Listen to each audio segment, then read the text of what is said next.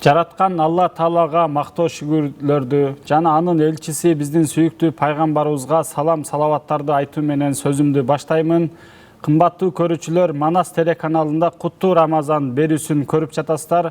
Алып баруучу кызматта мен Уланбек Калмырза уулу, саламатсыздарбы?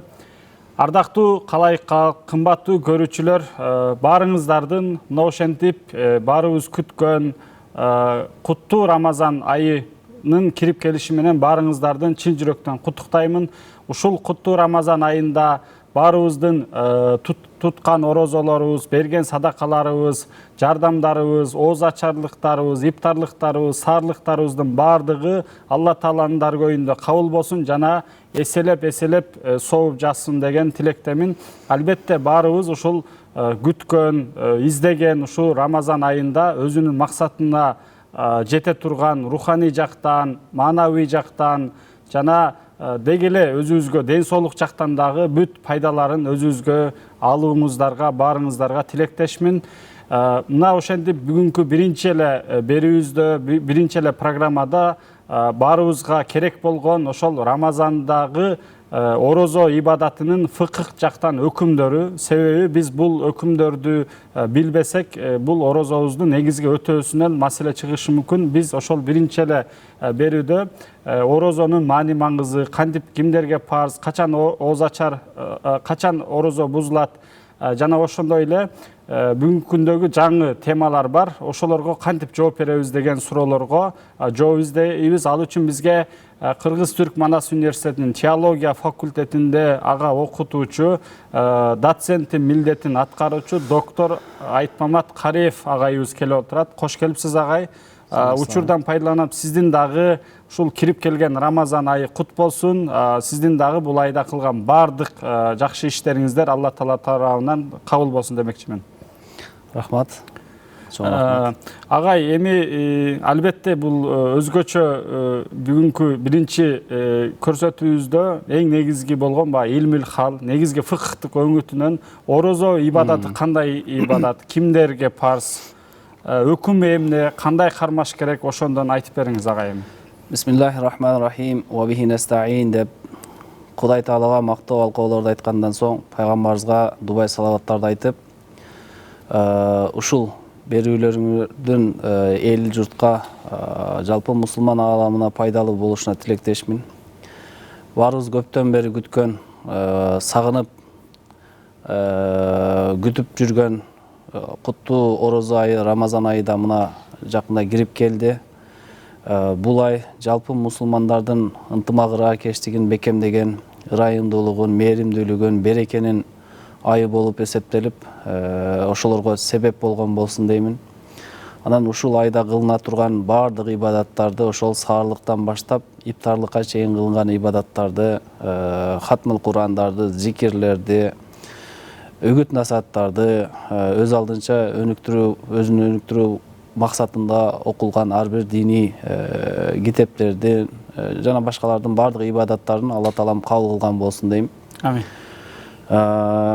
Эми өзүң дагы айтып кеткендей, мусулман биринчи очуретте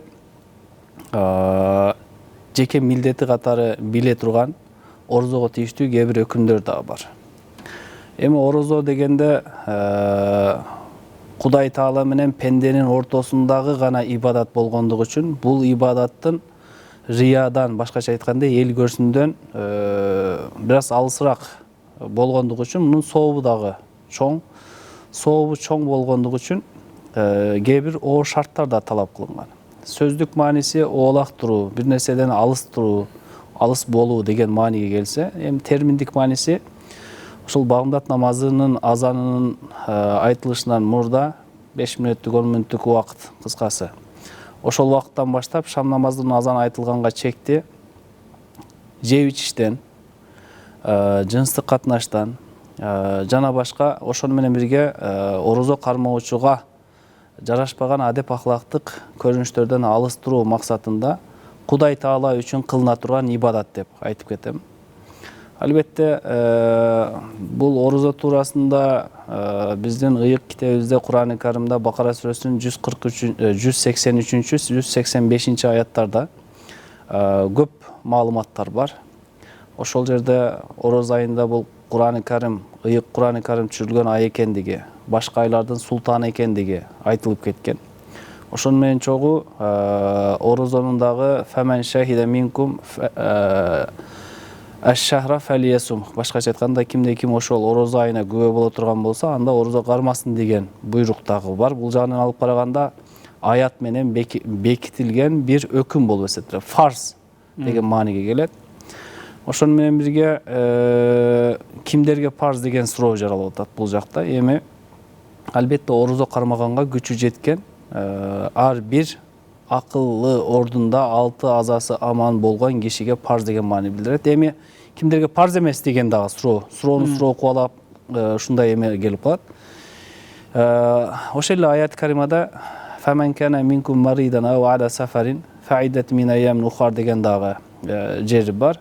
Башкача айтканда орозо айына туш болуп, бирок кармаганга мүмкүнчүлүгү жол бербей турган даражада ден соолугунан ажырап кала турган болсо, же болбосо сапарда болуп кала турган болсо, эми сапар деген машакат дегенди билдиргендиги үчүн ислам укугунда көптөгөн маселелерде жеңилдик берилген. Ошондой сыңар эле орозодо дагы орозо кармоочуга сапар чыгыш милдеттүү болуп кала турган болсо, анда башка айларда кармап койсо болот деп айтылат. Эми суроону кубалайт дегендей, кайсыл ооруларга чалдыккандар же болбосо канчалык деңгээлдеги ооруган кишилер дей турган болсоң, кыскасы орозо кармаганга бөгөт боло турган, тоскоолдук жарата турган оорулардын баардыгы. Ашказан язвасынан баштап, кыскасы күчү жетпей турган даражадагы оорулардын баардыгы. Эми буларды кантип тактайбыз дегенде, фикх өзү суроо да, суроолордун илими да фикхче. Кантип тактайбыз дегенде, ишеничтүү бир мусулман ошол диагноз коюп берип аткан болсо, эгерде орозо кармай турган болсоң, анда сенин ашказаның же болбосо ден соолугуңдун дагы да талкаланышы толук ыктымал, же болбосо ыктымал эмес, толук анык деп берип аткан болсо, биз ал жерде шарият итак эле мындай учурларда уруксат берип аткан болсо, ал учурда биз доктурдун сөзүн угушубуз керек болуп калат. Анан эми оорулардын түрлөрү боюнча айтыштын кереги жок деп эсептейм. Эми могул оору, бул оору дегендин кереги жок. Азыр оорунун түрлөрү да көп. Ошого мындай чекит коеюн. Орозо кармаганга кыскасы тоскоолдук жарата турган кандай гана оору болбосун, ал орозонун сакыт болушуна себеп болот. Анан ушулардын негизинде кыяс аркылуу дагы биз эмелерди чыгарабыз. Мисалы, оорулуу болбосо дагы, бирок орозо кармаганга тоскоолдук жарата турган, мисалы, боюнда бар аялдар, же болбосо эмчек эмизген аялдар, бала эмизген аялдар, жашы улгайып калгандар, физиологиялык жактан орозо кармаганга жарамдуулугу жетпеген кишилерди биз, же болбосо балагатка жете элек жаш өспүрүмдөрдүн дагы орозо кармабашын шарият жагынан берилген уруксат деп, укук деп эле, уруксат эмес, укук деп эле айтсак туура болот го дейбиз да. Демек, ошол орозо кимдерге парз дегенде, ошо балагатка жеткен, ден соолугу бар адамдарга парз. 6 азасы аман. 6 саны аман адамдаргачы. Анан жанакы айттыңыз го, мисалы, жаш балдарга милдеттүү эмес депчи, балагатка жетти элек, же болбосо жанакындай бала эмизгендерге, боюнда барлар. Мисалы, кээ бирлери мындай дагы суроо болот да, мисалы, ошолор дагы болбой кармайм деп, мисалы, балким баласына зыян берип коебу, же ушундай учурлар да катталат да. Ошого кандай көңүл буруш керек болгон? Эми бул жакта ислам укугу методологиясынын негизинде бир укуктарды тасниф кылганда, категорияландырганда, Кудайдын укугу, пенденин укугу, Кудай Таала менен пенденин укугу аралашып, Кудайдын укугу оор баскан. Анан ушуну эле тескериси, Кудай менен пенденин укугу аралашып барып туруп, пенденин укугу оор басып кеткен жерлер бар да. Ушул жерге бул жанагы Бутин, Рамазан аль-Бутинин Давабутул Маслаха деген китебинде көп айтылат. Тахир бин Аширдин Макасири Шария деген китебинде дагы көп айтылат. Эми кыскасын айтканда, бул жерде эгерде бала эмизип жүргөн аял баласын эмизбей, орозо кармап сүтү чыкпай кала турган болсо, анда баласынын укугуна кирип калган болот. Баласы именно ошол 2 жаштын ичинде, 2 жылдын ичинде балага эң эле жакшы азык бул эненин сүтү экен. Ошол эненин сүтүн толук кандуу иче албай калгандыгы үчүн оору сыркоолор азыр көп болуп атат. Негизи эле жанагы ааламдаштуу саясатынан улам бизде дагы мусулмандарда дагы хаврайни камилайни. Эгерде бала эмгенди уланта бере турган болсо, 2 жыл бою эмизген жакшы болот деп айтылат. Медицинада такташтырылган бул.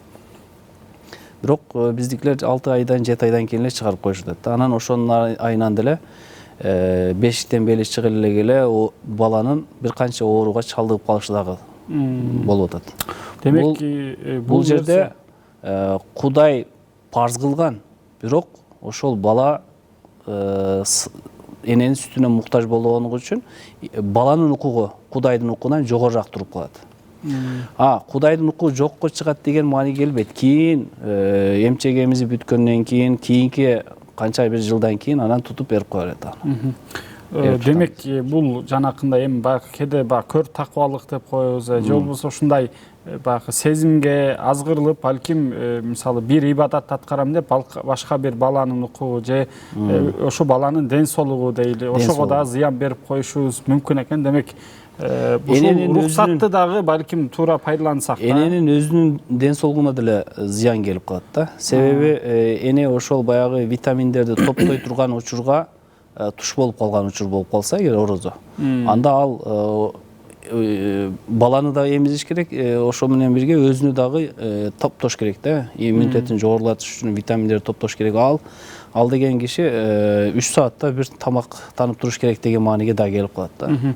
Анан мисалы ошо орозонун сабымын, сыямын деген сөздүк лексикалык маанисинен сактануу деп дагы айттыңызбы, андай лексикалык мааниси. Ал эми бүгүнкү кыргыз тилинде орозо, руза же күн же орозо тутуу же кармануу деп кирди да. Негизи эми кыргызчага балким өзүн кармануу деген дагы бир логика бар болуш керек. Анан аныктама берип атканда ошо белгилүү бир убакыттын ичинде жеп ичүүдөн жана жыныстык жакындоодон сактануу же кармануу деп айттыңыз. Анан дагы бир кошумча, бул эми фыкыктагы өкүмү, сиз дагы бир өзүңүз баса белгилеп айтып атасыз.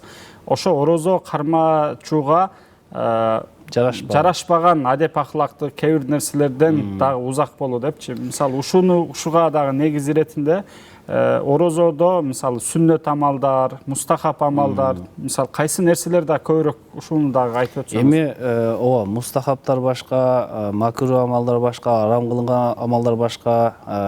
Бирок буга чейин мен неге жанагы аныктамага адеп акылак деген маселени коштуңуз дей турган болсоң, хадистерде көп келет да. Эгерде орозо кармап олтуруп, анан кийин жанжалдашып кете турган болсо, жанжалын токтотуп, инни саим, мен орозо кармоочумун, орозо кармоочу бул ишти кылбайт деген таризде пайгамбарыбыздын дагы эмелери бар да, багыттоолору бар. Ошондон улам адеп негизи эле ыймандын жарым адеп да. Анан ошол жерде өзүбүз орозо кармап, кээде чындагында ошондой болуп калат. Озачардан чыккандан кийин машина туруп калса сөгүнүп, же болсо озачарга кирип атканда бардык нерсени токтотуп коюп, башкалардын укугуна кирип кетип, өзү мусулман мына орозо кармап жүргөн, бирок мына кара адамдардын укугун тепселеп атат, пробка кылып койду, машинасын албады, тез жардам кире албай атат, пожарный өтө албай атат деген сыяктуу нерселерге себеп болбош керек да.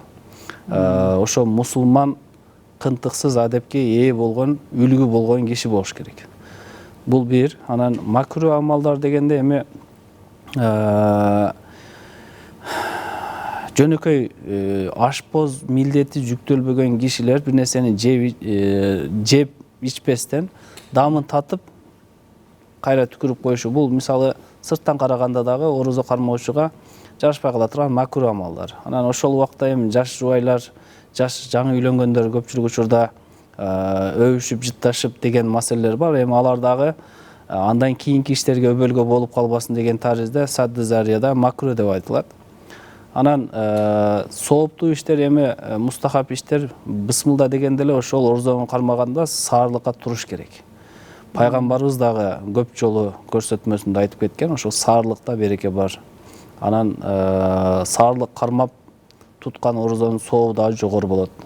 Мисалы бизде мындай түшүнүктө болушу мүмкүн, кээ бир туугандарда саарлыкты кылбай туткан болсоң орозонун сообу көбүрөөк болушу керек деген ойго да барса, бул туура эмес болуп калат. Себеби пайгамбарыбыз шариятты эң жакшы билген киши, адамдын табиятын, физиологиясын да жакшы билген киши. Ошон үчүн саарлыкты кылгыла, андан кийин орозону кармагыла деген жери бар. Ифтар убагында дагы мустахаб болгон амалдар эми тезирээк ооз ачыш керек. Бир иш кылып атсаң, аны аз бүтүрүп коеюн деп 10 мүнөт же 15 мүнөттөн кийин келсең, ал уже башкача болуп калат да. Ошон үчүн азан айтылганда уже дасторкондо отуруш керек болот. Биздеги бир элдеги бир эме бар. Ушуну да бир аз жөнгө салып алсак жакшы болот. Бисмилла дегенде, Аллаху акбар деп эле азан айтылганда сразу ооз ачабыз.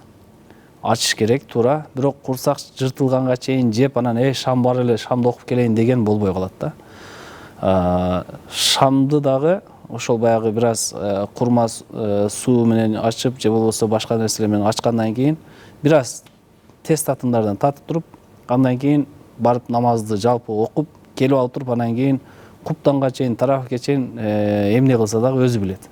Ушул ибадат ооз ачар кылыш мустахаб, бирок фарзды алдыда унутуп койбош керек да. Себеби фарз мустахабтан канча эсе жогору турат. Анан ушул демек баягы жарашпаган, орозо кармаганга жарашпаган макрух амалдар, же болсо жалпы ошол руханий, адеп ахлактык жаман иштерден дагы алыс болсок, демек орозобузга не пайдалуу болуп, максаттуу болот деп айтсак болчу да. Эми бул жерде бир эле сөз айтайын, мынага амал макрух, мынага мустахаб дештин кереги жок. Сырттан караган киши орозо кармоочуга жараштыра албаган баардык амалдар бул макрух амалдар болуп эсептелет. Анан мустахаб амалдар эми Кудай менен пенденин ортосунда кала турган амалдардан дагы болуп эсептелет. Мисалы өзгөчө кыргыз элибиздеги ооз ачыруу маселеси өтө чоң мустахаб амалдардан болуп эсептелет. Валау бишикки тамри деген хадис бар. Ооз ачыргыла жада калсак, бир курманын жарымы менен болсо дагы деп. Бул хадиске мисалы арабтардан дагы көп амал кылган кыргыз эли болсо керек. Өзгөчө жоомарт, берешен калк болгондугубуз үчүн дасторкондун үстүндө эчтеке калбай калат. Башкача айтканда бош месте калбай калат. Бул жакшы нерсе. Башкача айтканда ооз ачыруу маданияты ошол хадистин негизинде, ислам маданиятынын негизинде бизде андан дагы алдыга өтүп, кыргыздын бир маданиятына айланып калган десек болот да. Бул дагы өзүнчө бир мустахаб амал, орозо айында кылына турган. Албетте.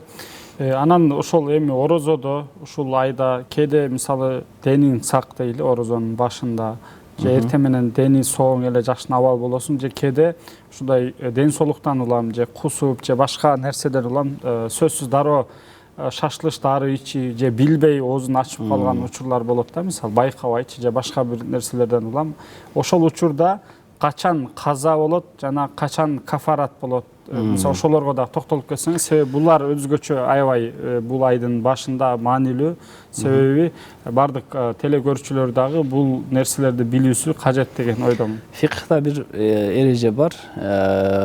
Кайсыл амалга ниет кылынган учурда ошол ниет бузулса, ошол иш бузулат дегендей. Бирок бул эреженин дагы исключениясы бар.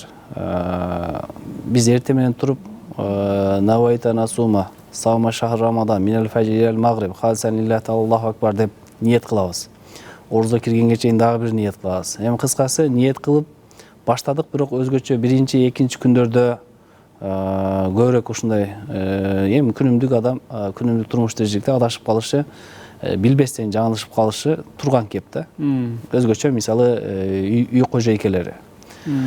Алар тамакты даярдап, кадимкидей эле ошол тамакты кечеги күнкүдөй эле даамын татып коюп туруп, эстеп калып туруп, түкүрүп ийген болсо, оозун чайкаган болсо, анда бул казага же болсо кафаратка себеп болбойт.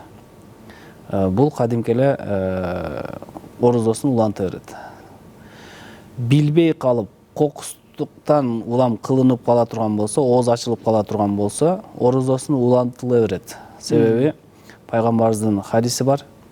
Men akele ev şeribe nasiyen fel yutimme savmahu fe innema at'amahu Allahu ve sakahu degan hadisi var. Kimdegin bilbestен жеп ичип ала турган болсо, орозосун кеч-кечекти улантсын. Анткени аны Кудай Таала жедирип ичирип койду деген бир хадис бар. Бул жанагы эреженин бир исключениясы болуп эсептелет. Башкача айтканда, кокустан билбей жеп ичип ала турган болсо, булар каффарат төлөбөйт. Качан каффарат төлөйт, анан качан казасын тутат? Бул боюнча дагы мындай нерсе бар. Мисалы, атайын буза турган болсо орозону. Мисалы, эми орозонун парз экендигин дагы моюндабастан буза турган болсо, анда бул 60 күндүк каффаратка тартылат. Себеп дегенде тарбия максатында дагы бир мааниси бар каффараттын. Башкача айтканда, Кудайдын койгон, диндин койгон, исламдын койгон, шариаттын койгон мыйзамдары менен көп алар менен ойношпогула дегендей тарызды. Кудай Тааланын бизатихи, башкача айтканда, түзмө-түз өзү коюп кеткен мыйзамдардын бирөөсү болуп эсептелет каффараттар. Бул жагынан алып барганда, Кудай Тааланын жана жогоруда айткандай, Кудай Тааланын акысын, укугун аткартуу мыйзамы да бул каффараттар. Эми каффараттар дагы өз ичинен ар түрлөргө бөлүнүп кетет. 60 карып мискинде жедирип ичириш, тойгузуш, же болбосо кийинтиш, же болбосо бир кулду азаттыкка чыгарыш деген сыяктуу. Анан эми казасына келе турабыз. Кыскасы, каффараттар качан иштеп баштайт? Атайлап бузуп иче турган болсо, жеп ичип буза турган болсо орозону. Мисалы, оозу толук кусуп алып, андан кийин даам кадимкидей кетип эме боло турган болсо, бул бир күндүк эле. Кыскасы, атайын жок, бирок орозону уланта бергенге тоскоолдук жарата турган даражада орозо бузулуп кала турган болсо, анда бир күндүк эле каза кармап коюшат.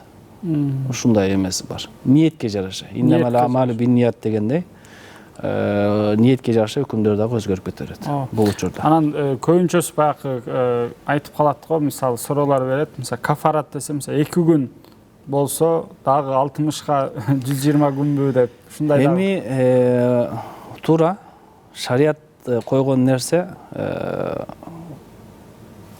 бир өкүмдүн аркасында 1000 хикмат бар. Жана мен айтып кеткендей эле, эми Кудай койгон нерсени, мыйзамны ойношпо.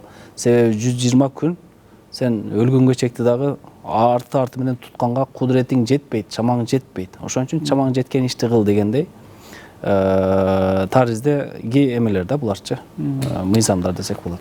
Анан бул берүүнүн башында айттык го, мисалы кээ бирлерге мындай уруксаттар бар, же мисалы орозо кармоо жеңилдиктер бар дейли. Мисалы ошол эле өтө жашы улгайып калгандар, же оорулуулар дейли, же ошол бала эмизгендер, боюнда барлар, же сапарда болгондор дейли да. Же сапарда болгондор балким кайра алар казасын тутуп берет дейли. Жанакындай такыр мисалы орозо карманганга мүмкүнчүлүгү болбогондор алар кантип орундатат, мисалы ал ибадатын эмне кандай ордун толуктайт, мисалы ошонун жөнүндө да айтып берсеңиз. Мисалы фидия менен аткарып койсо болот. Бул дагы эми баягы ислам дини башка диндерге караганда жеңилдиктин дини деп атпайбызбы? 80ге келген кишиге орозо тут десең, бул ага кылынган эң чоң зыян же болбосо жабыр да. Жашты Кудай сактайт, карыны оокат сактайт деген кыргыздын макалы бар. Кары кишилер, жашы улгайып калган кишилер жеп туруш керек.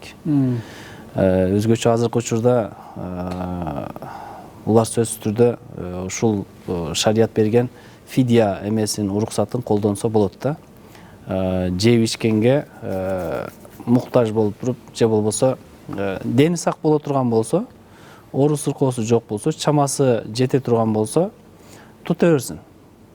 Жетпей турган болсо, анда фидиясын берсин. Кээ бирлерде мисалы 15 күнгө чейин тутуп, андан кийин карады, уже таптакыр болбой калды, алы тайып калды, алы кетип калды, анда ал эмне кылат, 15 күн орозо кармады деп эсептелет, 15 күндөн эмне кылат, фидия берип кое берет. Анын өлчөмү, тартиби кандай болот? Фидиянын өлчөмү мисалы экөөбүз тең эрте менен саарлык кылабыз, кечинде ифтар кылабыз. Ошол өзүң канчалык жеп ичкен болсоң, ошонун акчасын башка бирөөгө берип коюшуң керек болот. Же болбосо ошол оокаттарды өз колуң менен даярдап бирөөгө берип коюшуң керек болот. Өзгөчө басым жасап кете турган маселе ушул орозо айында жалпы мусулмандарга дагы кайрылуу иретинде айтып кете турган нерсе, биздин студенттерибизге колдоо кылышыбыз керек. Мисалы, бардыгы диний окуу жайда окушу шарт эмес. Мен тескеринче бир нерсени айтмакмын. Өзгөчө мынагы башка университеттерде динден таптакыр башка кесиптик тармактарда окутулган студенттерге колдоо көрсөтүшүбүз керек. Себеби медресе же болбосо диний мекемелерде итак эле запасы менен бар нерселер бар да. Аларга колдоо көп. Алар 30 күн бою ар жерге ифтарга чакырылат. Бирок көз жазымдан калган кишилер ушул мен азырча байкаганым башка университеттеги студенттерге мисалы фидия катары берип койсо, жөн эле оозачар кылып койсо деле болот. Анан кыргыздагы жанагы оозачардын дагы түпкү немесинде түпкүлүгүндө ошол фидия түшүнүгү деле бар окшойт деп калган да кээдечи. Мисалы, билип билбей эми кетирип койгон болсом, ошону дагы жууп кетсин деген таризде кыргыздар буну оозачарга айлантырып койгон окшойт деп коем. Себеби эми 30 күндүн ичинде мурдагы баарды эле баягы маалымат ушунчалык жетиштүү болбогондугунан билип билбей ачып кое турган болсок, 30 күнгө толуктап коеюн деп 30 кишини чакырып койгон иш болбосочу. Өзгөчө бизде 27 күнү көп ифтар болот. 27 күндү түндү күтүштүн кереги жок. Биринчи күндөн баштап 30 күнгө чейин эч каалаган датасында, каалаган күнүндө оозачар кылса болот, мүмкүнчүлүгүнө жараша. Анан негизи ошол орозо кимдерге парз дедиңиз, бардыгын айтып бердиңиз. Анан өзгөчө бүгүнкү күндө ооз качан ачылат дегендерге да аябай токтолдуңуз. Анан азыркы күндө биздин заманыбызда кээ бир көйгөйлөр бар. Ошолорго дагы жыл сайын суралат. Балким биздин көрүүчүлөрдөн деле болушу мүмкүн, жыл сайын эле суралабы, жыл сайын эле кайталанабы депчи. Балким ошондой да сурап калат да кээдечи. Ооба, буну жыл сайын дагы айта берүү керек деген ойдомун. Себеби дегенде, балким быйыл балагатка жетти биздин көрүүчүлөрдөн. Канчалаган кишилер. Ооба, же болсо балким башка өлкөдөн көчүп келди. Же такыр буга чейин орозо кармабайт эле быйыл ниет кылды. Билгиси келген адамдар болушу мүмкүн да. Баарыбыз эле өзүбүздөй көрбөшүбүз керек бул нерселердичи. Анысыңарындай бул нерселерди дагы баягындай бул өкүмдөрдү мүмкүн бошунча айтып туруп, кайталама болсо да, кайталанса дагы айтып туруш керек. Себеби баягы эскерткиле, эскертүү момундарга пайда берет дейт. Себеби билесиң, жаңы үйрөнүп жатышы мүмкүн, же балким жаңы симпатия кылып баштадың дегендейчи. Анысыңарындай өзгөчө азыркы күндө мисалы капельница алгандар бар агай, өзгөчө баягы тишин дарылаткандар жанакындай өзүнүн убактысы болот. Же болбосо сиз эми жана кожойкелер боюнча айттыңыз, мисалы чоң кафе, ресторандарда, ашканаларда мисалы ашпоз болуп иштегендер бар дейли. Ушулар боюнча дагы мисалы суроолор көп да. Мисалы ушулардын орозосунда кандай болот, эмнелерге көңүл буруш керек? Же болсо жанакы кулактарына, көздөрүнө дары тамчылатуу маселелери бар да. Эми жана сен айткан маселеге ислам маданиятында орозо келишинен бир жума мурда жума намаздарында же болбосо ошол шам намаздарына кийин чыгып алып имамдарыбыз хазыр жана ибаха деген маселелерге токтолуп күн сайын не кылып турган орозо мынтип кармалат, орозону бузган амалдар моголор, мустахап амалдар моголор деп элге жеткирип турушкан. Эми биз бир эле программа кылып ошонун мурдакы ислам маданиятында күнү түнү аткарылган нерселерди биз ушул мүмкүнчүлүктөрдөн пайдаланып бир эле программада жеткиргенге аракет кылабыз.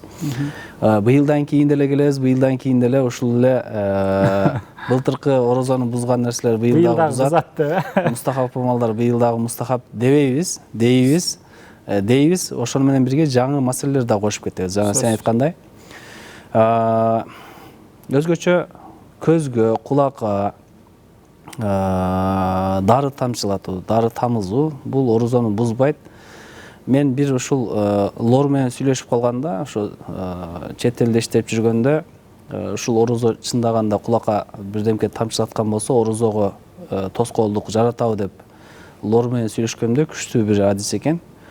Качан кулак укпай калган киши болсо гана ошол ашказанга жетип барышы мүмкүн деген. сөздү айтканда. Анан мындайча алып караганда андай акылы кем, дүлөй же болбосо кулагы укпаган кишилерге итагиле шарият орозо кармагыла деп айтпайт. Анан бул жактан алып караганда эми кулакка тамчылаткан нерсе орозону бузбайт деген жыйынтык чыгат. Көзгө тамчылаткан нерсе итагиле эч бузбайт. Тишти коронкалатуу, дарылаш азыркы учурда медицина өнүккөн. Ушул шарга окшогон нерсени оозуңа салып туруп, анан дарылап, бир нерсе дагы нары жака кетпейт да.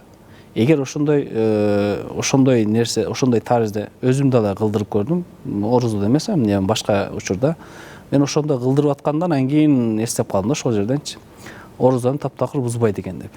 Ал жакта кадимкидей тишти ары бери кылып, оңдоп, түзөп, коронка салып чыгара беришет экен. Бир тамчы ар жака, бер жака кетпейт экен. Бул учурда деле орозо бузбайт. Анан капельницалар боюнча айта турган болсок, капельницаларда негизи эле жалпы эле бир эмеде дарылоо маселесинде принцип ушул.